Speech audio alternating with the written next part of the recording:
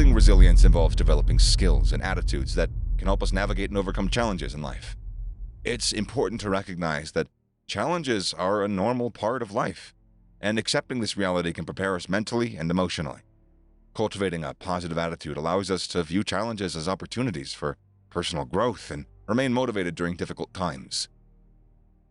I'm immensely grateful for it because, where I'm at today is, my lab works on a number of issues related, sort of hardcore neurobiology of regenerating the brain, trying to fix, basically cure blindness and repair visual systems, but also things related to, fear, courage, mindset, stress, anxiety, trauma, et cetera.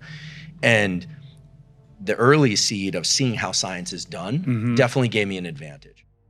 Having a support network of family, friends, or mentors can provide valuable emotional support and practical assistance and guidance. Taking care of ourselves physically and mentally is crucial when we face challenges. Prioritizing healthy habits like proper nutrition, enough sleep, regular exercise, and engaging in stress-relieving activities can enhance our resilience.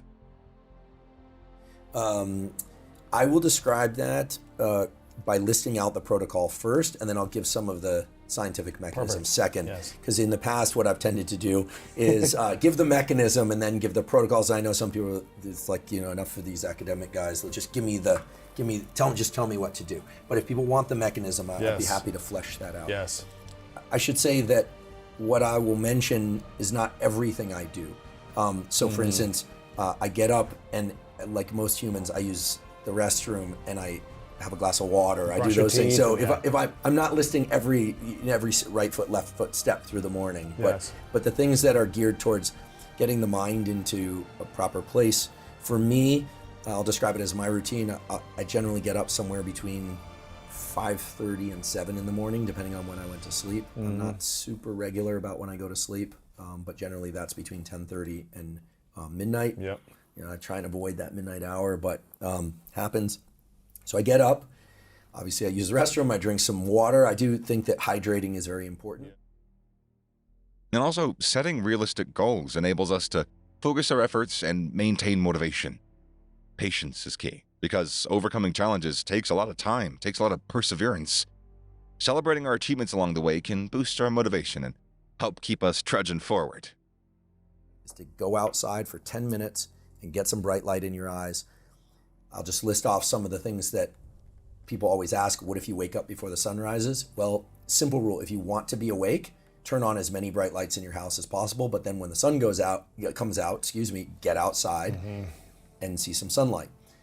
You do not have to look directly into the sun, but you do want to get outside out of shade cover if you can. Don't wear sunglasses if you can do that safely. Don't try and do this through a window. Don't try and negotiate with me on this point. People Go are like, outside. what about a window? Well, the filtration of the important wavelengths of light through the window is just too high, and so it would take hours for you to set your circadian clock that way.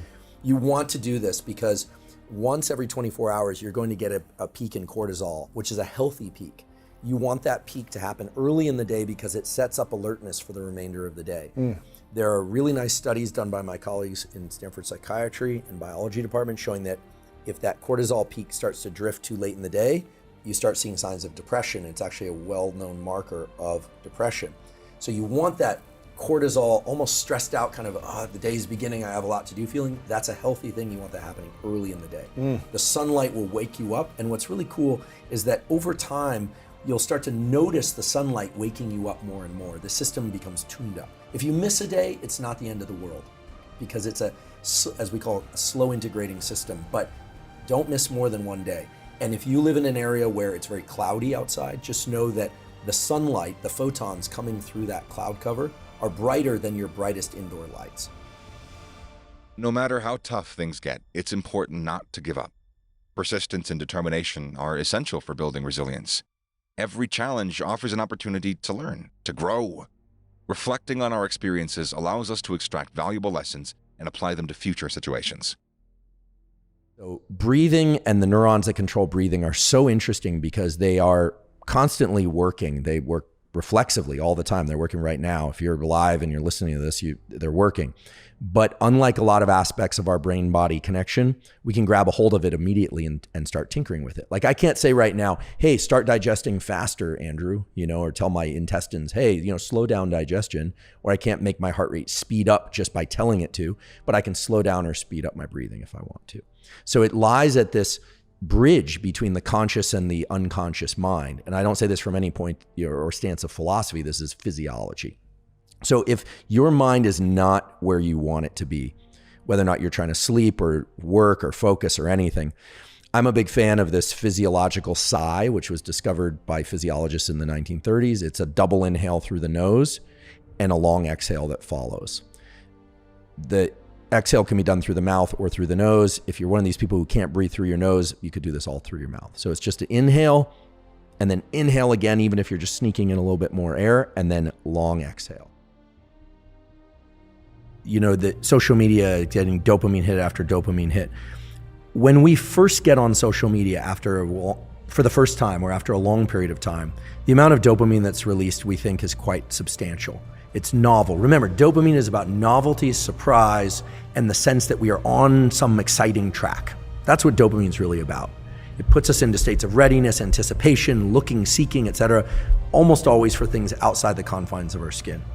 Just to contrast it maybe for a bit more of a future discussion, serotonin does the opposite. When there's a lot of serotonin in our brain and body, typically it makes us feel satisfied, sated, and more quiescent, comfortable with what we have in our own immediate sphere and within us, right? The comfort of a good meal, the food you have. Dopamine is about go, go, go. If you look at somebody who's high on cocaine or methamphetamine, it's all about pursuit, because that's a very dopaminergic drug. You look at somebody who's taken a drug, and I'm not suggesting people do this, but it really ramps up serotonin. Let's say a selective serotonin reuptake inhibitor, Prozac, Zoloft, et cetera. The side effects of those drugs, if the dosages are too high, lack of appetite, lack of libido, kind of meh about life, then so they'll adjust the dose down. That's because those are serotonergic drugs. So in general, when we are in pursuit of things, dopamine is quite high. Getting sunlight in your eyes early in the day, even if it's through cloud cover, we can talk about how to do that. I would put right up there in the top batch of mental health, physical health, and performance enhancing behavioral tools.